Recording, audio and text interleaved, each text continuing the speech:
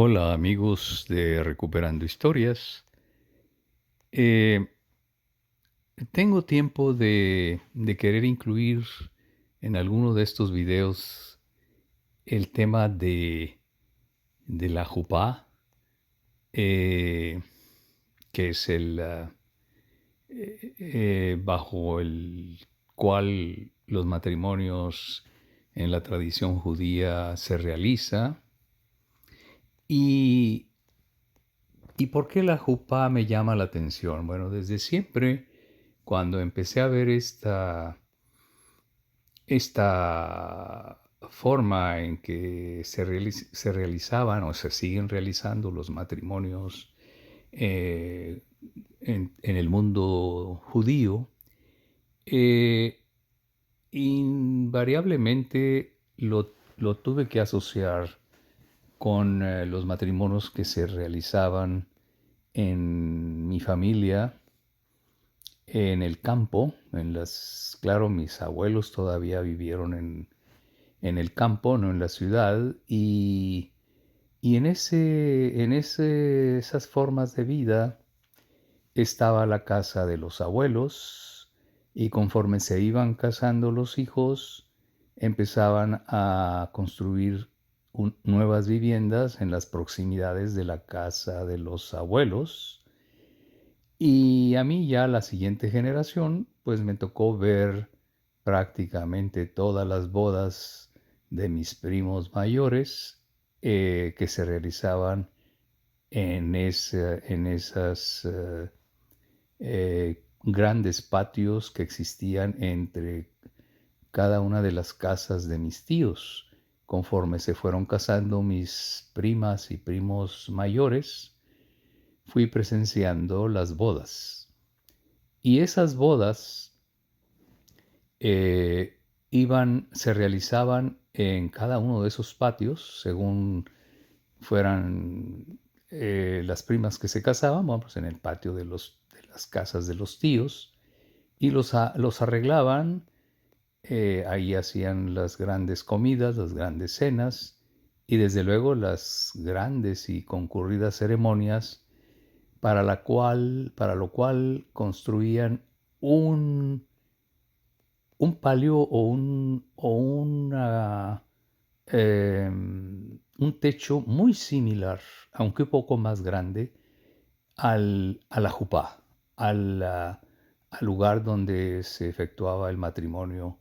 en la tradición judía. Desde luego les hago toda esta explicación, no sin antes volver a comentar, como lo he hecho en todos los demás videos de este canal, el hecho de que en la historia familiar teníamos muy grabada el origen sefaradí de nuestras familias, tanto de mi padre como de mi madre. Y, y cuando ya yo de mayor empecé a ver esta similitud entre ese lugar, entre ese espacio donde existían en Europa del Este las bodas de judíos, que es la jupá, lo que le llamábamos nosotros el tálamo nupcial, en los ranchos de mi abuelo, sobre todo de mi abuelo paterno. Entonces, inclusive de mi abuelo materno, nomás que ahí yo no las alcancé a ver. Nada más existen fotografías que pude ver. Y, y veo esa gran similitud.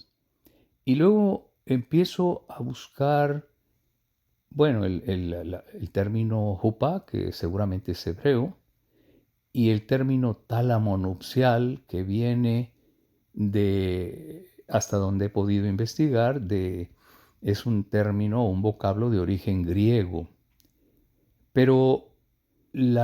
cuando se adentra uno en los conceptos de tálamo y jupá, conforme vas profundizando, vas viendo que tienen más y más similitud, no solo en cuanto a su construcción, sino en cuanto a sus significados, eh, en cuanto al lenguaje, vamos. Van teniendo, conforme profundizan en su significado, van teniendo más similitud. aunque la primera definición puede resultar un poquito diferenciada. Conforme vas avanzando en la descripción que hacen los especialistas, vas encontrando que tienen un significado prácticamente idéntico. Ahora aquí lo que para mí es muy importante es, junto con muchas otras tradiciones familiares, ver cómo o desde cuándo en mi familia y aquí en lo que es ahora México o el sureste tejano y el noreste mexicano actual, en las familias como las de mi padre y mi madre eh, vienen utilizando el tálamo nupcial con una construcción muy similar a la jupá, un poco más grande que la jupá, pero con un uso muy similar y con una formalidad que era prácticamente indispensable. Es decir, esos matrimonios nunca se realizaban en el interior de las casas, nunca se realizaban sin la presencia de ese tálamo nupcial y la elaboración de todos los detalles de ese tálamo nupcial guarda una enorme similitud con la elaboración de la jupá. Entonces, yo lo tenía eso, siempre me llamaba la atención. Nunca había empezado a adentrarme en los conceptos y, y hace de unos días para acá lo he empezado a hacer. Y eso tiene muchas nuevas formas de analizarse, sobre todo ver la antigüedad a la que se remonta o de dónde viene la tradición en mi familia en particular para que las bodas se realicen de esa manera. Desde luego está la parte de las dietas alimenticias, la, una serie de expresiones del español antiguo o del ladino que hasta la generación de mis abuelos se utilizó, una serie de hábitos y costumbres asociadas, repito, con la alimentación, con la higiene, con la prevención de enfermedades, con una serie de costumbres y hábitos que desde luego, como el tálamo y la jupá, guardan una similitud asombrosa y cómo, a pesar de que todas estas familias desde finales del 16 y principios del 17 fueron plenamente convirtiéndose y paulatinamente o generacionalmente fueron sufriendo una asimilación mayor, mayor, mayor. Hay algún otro video donde hablo de asimilación interrumpida, porque en el siglo XVIII, a mediados del XVIII, lo que ya estaba aparentemente asimilado en el nuevo Reino de León sufre una escisión, es decir, un buen número de familias sale del nuevo Reino de León, del centro geográfico del nuevo Reino de León, y se transporta a la colonización de una nueva espacio que está en el litoral del Golfo de México y que le llamaron Nuevo Santander, que incluye el sur de Texas y lo que ahora es Tamaulipas. Bueno, pues esa, sobre esa última diáspora hablo en ese video que le titulé Asimilación Interrumpida. ¿Y por qué asimilación interrumpida? Porque estas familias que vienen a dar a este otro rincón olvidado y increíblemente no explorado de lo que fue la Nueva España, reanudan una serie de hábitos y costumbres que aparentemente se estaban extinguiendo y que tuvieron su origen en su raíz sefaradí. Bueno, pues aunque en este video en particular quiero hablar de la jupá y del tálamo nupcial, y de cómo se desarrollaban las bodas y qué tipo de protocolos se seguían al momento del matrimonio. Desde luego ese matrimonio, sobre todo, era el matrimonio que aquí en México le podemos llamar ante las autoridades civiles, es decir, no el religioso. Pero la realidad es de que después seguía el religioso, que también era bajo la creencia cristiana, pero no era el catolicismo, era dentro de la, vamos, de una de las iglesias que le llamamos protestantes. En este caso, la de mi familia paterna era la presbiteriana. Y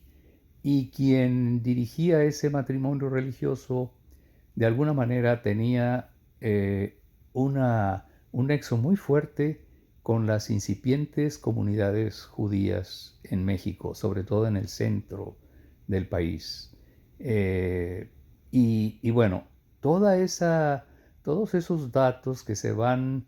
eh, eh, hilando, que se van relacionando, eh, despiertan desde luego muchas nuevas hipótesis, agregamos más incógnitas, más dudas, pero definitivamente la realidad de las similitudes heredadas son realmente para mí asombrosas y me mueven a ahondar más en la investigación y a fundamentar más lo que ya sabemos sobre nuestro origen, pero que no, la generación mía al menos ya lo recibió de una manera muy, eh, con muy pocos detalles, ¿sí? Porque generacionalmente se van perdiendo y la asimilación o el desapego de las tradiciones sefaradíes, eh, vamos a llamar ortodoxas, de finales del siglo XVI, que llegan a esta región, pues ya son muy, muy limitadas, queda nada más una vaguísima idea que desde luego tengo que repetir, por como lo he hecho en otros videos, esa, ese resurgimiento de la recuperación histórica que se empieza a fraguar y a desarrollar después de la mitad del siglo XIX, cuando empiezan las leyes de reforma en México y que en teoría se supone que la religión católica deja de ser la oficial y para darle cabida a cualquier otro credo religioso. El siglo XX, después de la Revolución, cuando empiezan ya las inmigraciones más notorias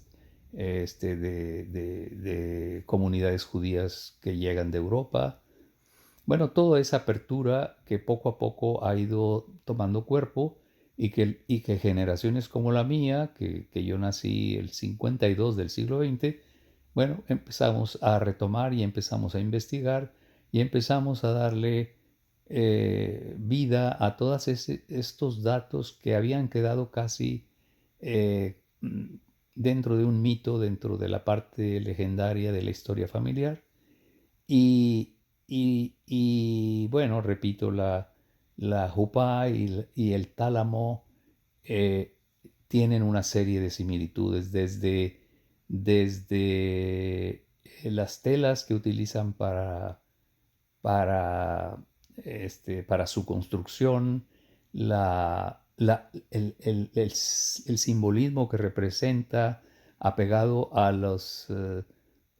salmos o a todos los libros del Antiguo y del Nuevo Testamento, y cómo finalmente, aunque son dos expresiones de distintos lenguajes, pero cómo su construcción y su utilización tienen exactamente el mismo objetivo dentro de la ceremonia nupcial. Eh, Así es de que, bueno, no quise dejar pasar este fenómeno, este detalle que, aunque requiere de mucha más investigación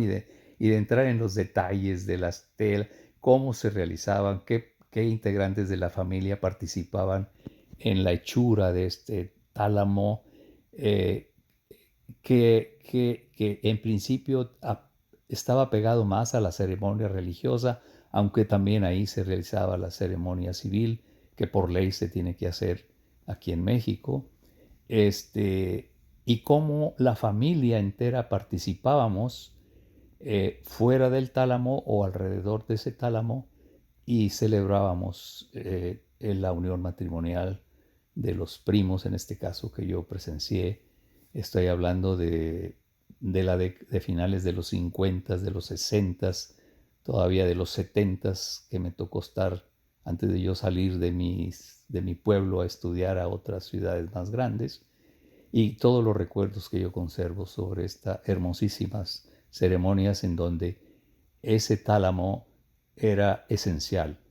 y siempre en los exteriores de las casas, este, durante las tardes y en las noches en que se desarrollaban estas hermosísimas ceremonias nupciales.